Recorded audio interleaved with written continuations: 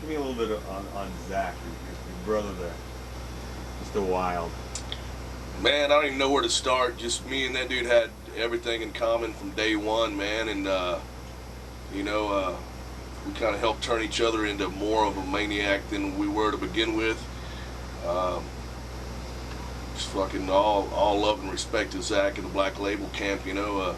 I think the best story is, well, every time we get around each other, it's just something's going to get broke, somebody's going down in flames, and shit's going to fly. It's just how it goes, you know. And so he came down to do this this photo shoot for the cover of Guitar World magazines. We got all dressed up in camo paint, army fatigues and everything, and went out in the weeds and took some pictures and shit, you know, and tanking up all day long and getting shit rolling. And by about, well, this was a long extended day. It started around 2 o'clock that day, and he was supposed to be on a plane at something like 9 o'clock at night. He had to get home, take care of Barbara and the kids, and fucking it was Christmas time and all this stuff. And the main thing was to get Zakk on the fucking plane so he didn't miss his flight, you know. And so in the midst of all the hell raising and crazy shit that's going on, we get the photo shoot done and all the interview and everything done. And Zakk's jamming to some of our new shit, and I was like, dude, man, if you want to blow a lead on that, man, I'd love to have you. He'd go, dude, I'll fucking do it right now. You know, Zakk, man, I ain't scared of shit. You know, we took him downstairs, plugged him up, I tuned him up, he sat down and just put on the fucking Paul and just fucking blazed this fucking amazing lead. And we're like, dude, that's it, dude. And he's like, no, one more time, bro. He goes again, and fucking was even better. We're like, dude, leave it alone. That's it. It's done. So he plays the outro lead on Reborn, and just more shit. Just we can't ever run out of stuff to do because something's always going on, you know. So we're starting to get pretty blazed up, man. And it's about time to get Zakk to the fucking airport. And somehow or another, we were at that point to where it was about to go over the edge, but we hadn't quite broke into insanity yet. And hugs and kisses, everybody taking. We get Zakk out of there. He's going to the airport. He's going to do the family thing, and everything's perfect. And I'm like, God, I can't believe that actually worked out, because we know how it's going to go. We get a call about 30 minutes later. I'm sitting at a restaurant, or about actually more like an hour and 30 minutes later. I'm sitting at a restaurant getting some grub, and it's fucking Nick Bocott, and he goes, Damage? It's Nicholas Bocott. We're here at the fucking airport with fucking Zakk. Went to the bar to get a fucking beer, and he missed his fucking flight, and it was the last flight out. We're coming back. And I said, come on. So that's when the madness began. He got back, and he's like, all right, bro, we're in for the long fucking haul. I'm like, let's go. We started tanking just fucking ridiculous amounts, and get back to the house, and we're fucking just jamming tunes and fucking going ape shit. And it's about 5 in the morning. Somehow or another, I'm still fucking hanging. And I like call up the limo guy. This dude that's been driving me for years. I called him up and I said, dude, look, you gotta come get fucking Zakk, put him in a fucking car, get him to the airport. My old lady's booked him a flight, you know. It's like, come get him. It's his flight's at 8 o'clock. It's like 5 now. Just come on over and let's get him moving that way. And he's like, dude, I don't have a car handy, but I'll tell you what, I just got my wife a brand new Ford Expedition. I can drive him in that. I'm like, dude, he doesn't need a fucking limo. Just come get him and get him there. Because his old lady's getting tight. And the warden, bro. The warden, bro, fuck. Anyway, so dude, here comes the limo guy, pulls up, and normally he comes in and, like, you know, stocks the limo, gets the ice and everything and shit out of my house because, you know, we're bros and stuff. And he comes in to take a fucking piss, left his car running out there, and I jump in it with Zakk, and I got this big metal Christmas tree in my fucking front yard, and I go, let's get a bull, you know, pop it in gear, light them up, burn the tires off, and smash into this Christmas tree. Shit goes flying everywhere, and we're like, woo! Pull it back around, and I'm like, dude, let's get out and act like nothing happened. He goes, fuck that, let me get a pull, bro. And he gets behind the wheel, and we took off on the fucking true blessed hell ride from hell for about 45 minutes. First thing, stop sign, flattens it, 4 mailboxes in a row. Fucking, here goes the fucking fence. We're lost, dude. We're out in the cow pasture and shit, you know, where my house is and shit.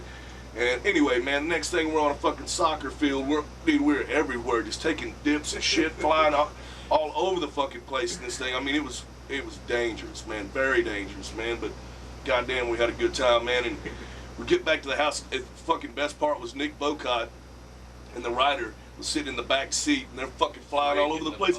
Oh God, let me out! Holy shit! You know, I got a hold of the old shit handle and go, goddamn, oh shit! And we're flying. Anyway, 45 minutes of just non-stop. And so we get back to the house, we come pulling up, dude. All the fucking rearview mirrors are hanging off this fucking thing. It has no front bumper. The headlights are both smashed out. The fucking windshield smashed, scratches, everything. The whole undercarriage is dragging the fucking ground. And we come pulling up in it, and smoke's coming out of the hood. And I throw the door open before I could say a word. My limo guy's standing there, and he goes, "That's my boys. Ain't nothing Zakk and Dom can't pay for." You know, and so anyway, that's the story. Has a really cool ending. So anyway, Zakk got stuck. He fucking missed his flight. Stays at my house for like 2 more days. And dude, just he was nonstop fucking just going. And then we try to get him to the airport. We get him there, and he goes to the fucking bar again. Stays in this room. He got in so much fucking trouble. He finally gets home, and my old lady has to call the warden up and tell her, "Hey, dude, they just, because we put the car in the shop just to see what it would take, and they said it's totaled." You know, luckily we had some friends at the Ford shop, Westway, thank you. And they said, "Look, I'll tell you what we'll do. Get us a Zakk guitar and a Dime guitar. We'll sell this fucking thing on the auction. We'll take the money and we'll roll him into a 2003 car, and we'll get him a brand new one for his old lady. They'll be happy." So we actually made all that happen. She got the brand new car. Oh, she was tight too. But anyway, the limo dude's wife got the new car, and anyway, so the cops call the house, you know, and they like found the license plate. Yeah, they found the bumper and the license plate laying on the fucking soccer field and shit. And they're like, "We got calls all last night about some long-haired, blonde-haired dude in Dimebag driving through the neighborhood, raising hell, running down mailboxes and tearing up shit. You know, we need the boys to come down here and talk to us and give us a statement." And I was like, dude, you know, we done got on their website and found out he's the guitar player for Ozzy Osbourne. They were like all excited. They thought they had their Michael Irvin. They were gonna get one, you know. This is right at Christmas time, you know. And he's a guitar player for Ozzy Osbourne. Yeah, we got him up on the website right now. And you know, my old lady went down, talked to him, told him sorry. Look, they just got a little out of hand. You know, sorry, Zack's a big dude, and when he's out of control, you can't really, you know, just watch out, let him go. You know, you can't really straighten a dude like that out. You know, and he goes, "Oh, we're gonna let it slide since it's Christmas holidays, but we're gonna have to have y'all come on down, you know, first of next year, and come on down. Chief wants to see Dimebag here anyway." So they start calling, dude. I go down there. This is after Christmas. I'm just fucking. I'm done. I call up my attorney, "Dude, I need you to come down here, dude. I don't want to be incriminated." "Oh, yeah, we got criminal mischief charges on you, Mr. Zakk Wylde. We need you to come on down." And anyway, so I go down there. My lawyer is there before I am, and he comes out and he goes, "Dom, it's gonna be a little different than I think you think it's gonna be. Let's go on in and let's deal with this guy." And we walk in. The guy walks up and he goes, "Hey, how you doing, Mr. Dimebag? Nice to meet you. Finally get to meet you. You know what, man? It's really, really such a nice honor to have you living in our community, and we kind of look at you as the ambassador at Dalworthington Gardens, and just was so cool to me. I couldn't believe I got my checkbook in one pocket. I'm freaking. I'm just like ready to just shell out whatever." And he's like, "You know, man, we like to take care of kids. We do a bunch of homeless kid stuff. We like to work with all this stuff, and every report I've ever got on you has been nothing but great, man. Said you spent good time with the kids, gave them right wisdom, and, you know, signed their autograph and told them to straighten up and fly right, and that's the kind of guy we need around here. Now, about all this other stuff, we're going to let it slide, but you can go fix on Mr. Chapman's fence down there on the left, and we took care of the stop signs and the mailboxes, and just try not to let it happen again." I was like, "You gotta be kidding me, man." Every minute of it, man. He called me up. I was worried. I was like, "Man, he's gonna be in jail for a few years." Freaking dude. He called me up and he goes, "You're not gonna believe what happened." I said, "No," and he told me that, and I was like, "You gotta be kidding!" Wow. So, all right. So, dude, not only did we not have to pay for the car, not only we didn't get fucking thrown in jail. All we had to do is shell a couple of guitars out, and dude, that is by the grace of fucking God. We won't let it happen again. Oh, you have to chop that one up, but that's a good one. Every time, dude, it's something like that. Every time. That's great.